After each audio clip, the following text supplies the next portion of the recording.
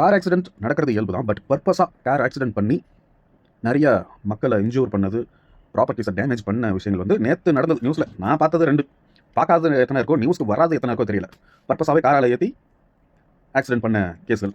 ஒன்று வந்து ராமநாதபுரம். அங்கே பார்த்தீங்கன்னா ஒருத்தவங்க குடிச்சிட்டு ஃபுல் போதை காரை கண்ணாமன்னு ஓட்டி அங்கே அக்கம் பக்கத்தில் இருந்த கடைகளெல்லாம் இடித்து ஒரு 3 பேர் மேலே ஏற்றி காலு துண்டாக உடஞ்சி போச்சு. அதில் ஒரு சின்ன பையன் வேறுன்னு நினைக்கிறேன், சின்ன குழந்தை.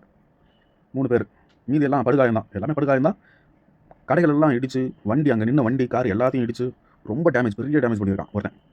இன்னொன்று வந்து வேலூரில் ராயக்கோட்டைன்னு நினைக்கிறேன், அந்த ஏரியாவில் ஒருத்தர் வந்து அந்த தெருவில் வந்து வண்டி, அது தெருவு சின்ன தெருவுன்னு நினைக்கிறேன், இவர் பைக்கை வெளில நிறுத்திட்டு உள்ள வீட்டுக்கு போயிருக்காரு. அப்போ ஒரு கார் வந்து வேகமாக வந்துருக்கு. வேகமாக வந்தோடனே அந்த ஸ்பீட்லேயே அந்த ரோட்டில் போக முடியல அப்படின்ட்டு பைக்கில் நிற்கிது அப்படின்ட்டு நின்று ஆரன் அடிச்சுட்டே இருந்திருக்காங்க. இவர் வெளில போய் என்னடா ரொம்ப நேரம் ஆரன் சத்தம் அப்படின்ட்டு வெளில போய் பார்த்துருக்காரு. இவங்க காரில் ஒரு 3-4 பேர் ஆரன் அடிச்சுட்டே இருந்திருக்காங்க. அப்போ இருங்கப்பா வண்டி எடுக்கிறேன் அப்படின்னு சொன்னது ஏதோ அவனுக்கு ஏதோ சவுண்ட் விட்டுருப்பாங்க போல இருக்குது. இவரும் பேசுறது 2 பேருக்கும் கைகளை பாய் போச்சு. உடனே அந்த காரில் வந்தவனுங்க எல்லாம் இறங்கி அங்கே கடந்த கட்டையெல்லாம் எடுத்து இவங்களை அடிக்க ஆரம்பிச்சிருக்காங்க. அடிக்க ஆரம்பிச்சதும் அதுக்கப்புறம் இந்த கார் ஓட்டிட்டு வந்த பையன், ஏதோ திமுக பிரமுகருடைய பையனும், காரை எடுத்து மறுபடியும் ரிவர்ஸில் போய் வேகமாக வந்து இவங்களை எல்லாரையும் இடிச்சிருக்கான். அதில் ஒரு ஆள் செத்தே போயிட்டார். இதே மாதிரி சம்பவம் ஒரு 3-4 மாதத்துக்கு முன்னாடி நடந்தது.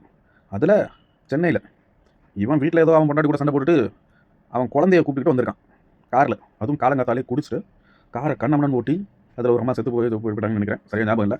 ஒரு நிறைய பேர் அடிபட்டாங்க. எல்லா காரையும் இடிச்சு வண்டி போகிற மரம் எல்லாரையும் இடிச்சுக்கிட்டே போயிருக்கான். ஆனால் அவனுங்க 2 நாளில் ஜாமீன் கொடுத்தாங்க தான். அப்போ ஆமாம், அந்த நியூஸ் பார்த்தேன்னு நினைக்கிறேன். 2 நாளில் ஜாமீன் வாங்கிட்டான். இன்னொரு நியூஸ் வந்தது ஞாபகம் இருக்குது. அதுக்கப்புறம் என்னாச்சுன்னு தெரியல. ஸோ இப்போ இவனுங்களும் வந்து இதெல்லாம் பண்ணிட்டாங்க, பர்பஸாகவே இதெல்லாம் நடந்திருக்கு.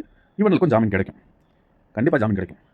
நாட்டில் அதிகமாக குற்றங்கள் நடக்கிறதுக்கு காரணமேவும் எவனுக்கும் பயம் இல்லை. சில நீதிபதிகள் வந்து இந்த நீங்கள் பார்த்துருப்பீங்க, சூழ்நிலை காரணமாக குற்றம் பண்ணவங்களுக்குலாம் வந்து அதிகமான தண்டனை இருக்கும். அவங்களுக்குலாம் வந்து எப்பயுமே தண்டனை இருக்கும். அதே ரெகுலராக பண்ணிட்டு இருக்காங்க இல்லையா, ரெகுலர் கிரைம்ஸ், உதாரணத்துக்கு இந்த செயினாக இருக்கிறவங்க, அப்புறம் வருஷலாம் அந்த கூலிப்படை, இந்த மாதிரி இருக்காங்க இல்லையா, இவங்க எல்லாம் வந்து ரெகுலர் பார்ட்டி, கவர்மெண்ட்டுக்கு ரெகுலர் கெஸ்ட். இவங்கெல்லாம் பார்த்து சில ஜட்ஜுங்கெலாம் பயப்படுவாங்க போல இருக்குது. அதனால தான் ஜாமீன் கொடுத்துட்டே இருக்கிறாங்க. நல்ல ஒரு தைரியமான ஆளாக இருந்தால் சட்டம் என்னமோ அது பண்ணணும்ல. ஆனால் இவங்களாம் வந்து சில பேர்லாம் ரொம்ப பயந்த சுபாவம் ஆளுங்க இருப்பாங்க. எங்கே நாளைக்கு நம்ம இதில் ஏதாவது பண்ணிடுவானோ அப்படின்னு பயந்துட்டு இருப்பாங்க போல இருக்குது சில ஜட்ஜஸ்லாம். அதனால இவங்களுக்குலாம் வந்து ஜாமீன் கொடுத்து வெளில அனுப்பிச்சிட்டே இருக்கிறது, அதாவது எந்த ஒரு இதுவும் பண்ணாமல். அப்படி தான் நினைக்கிறேன்.